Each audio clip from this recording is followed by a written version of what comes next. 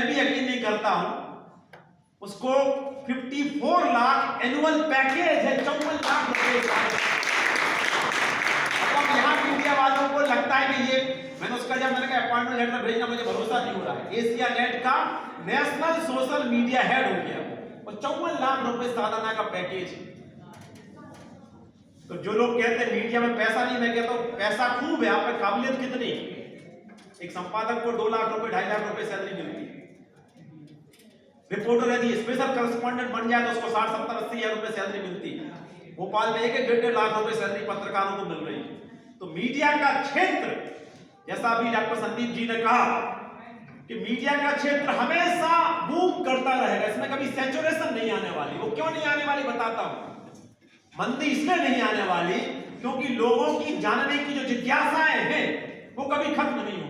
यहां क्या हो रहा, वहां क्या हो रहा, पड़ोस में क्या हो रहा, बांग्लादेश में क्या हो रहा, अयोध्या में क्या हो रहा, वियतनाम में क्या हो रहा, चाइना में क्या हो रहा, बॉर्डर पे क्या हो रहा, खेल में क्या हो गया, व्यापार में क्या हो गया, हम सब जानना चाहते हैं। जानने की जो ललक है जब तक बनी रहेगी तब तक मीडिया बना रहेगा, मीडिया नहीं जा सकता। हम सब जानना चाहते हैं चुनाव परिणाम आए तो कौन जीत गया, किसका कितना परसेंट वोट घट गया, किसको कितना वोट मिल गया, कौन हार गया, हम सब जानना चाहते हैं कि नहीं? तो जानने की जो जिज्ञासा है हमारी वो बनी रहेगी, आजीवन बनी रहने वाली है।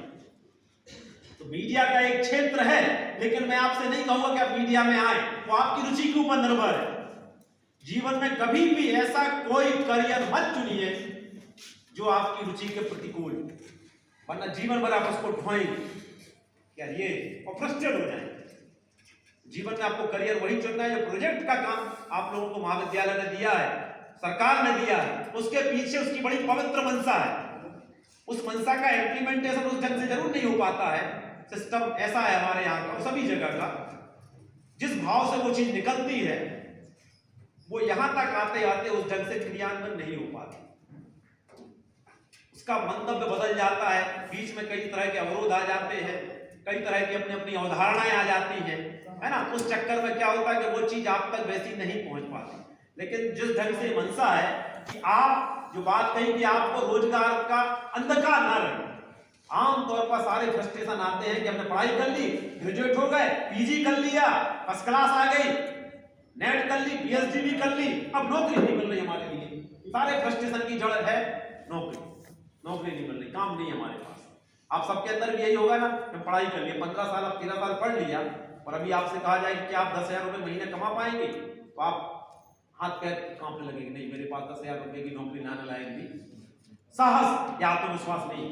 तो करियर के पीछे जो विवेकानंद स्वामी का नाम से शुरू हुआ है, आप अपना अपदीपो भव, तो भगवान बुद्ध ने कहा है कि स्वयं प्रकाशित क्यों नहीं होते, क्यों दूसरे की दीपक से टिमटिमाते हो कि हमें थोड़ी सी रोशनी मिल जाए।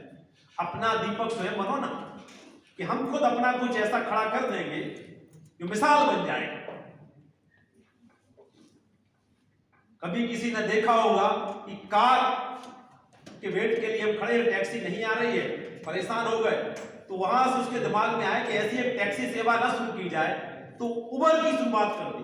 उनकी कहानी कि हम लोग खड़े थे, टैक्सी परेशान कर रही थी, टैक्सी वाला बार बार आ रहा नहीं आ रहा, तो हमने कहा एक ऐसा शुरुआत की जाए कि हम अपनी खुद की टैक्सी सेवा शुरू करें।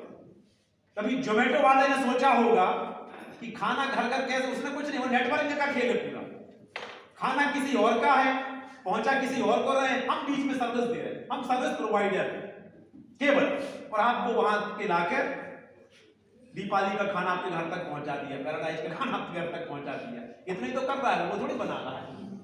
तो नवाचार आप किसी भी क्षेत्र में यदि आप सोचेंगे, किसी को लगा कि प्याज जब हमारी मां काटती है तो उसकी आंखों में आंसू आ जाते हैं, लहसुन छीलना बड़ा पेचीदगी का काम है, उसने शुरू कर दिया कि हम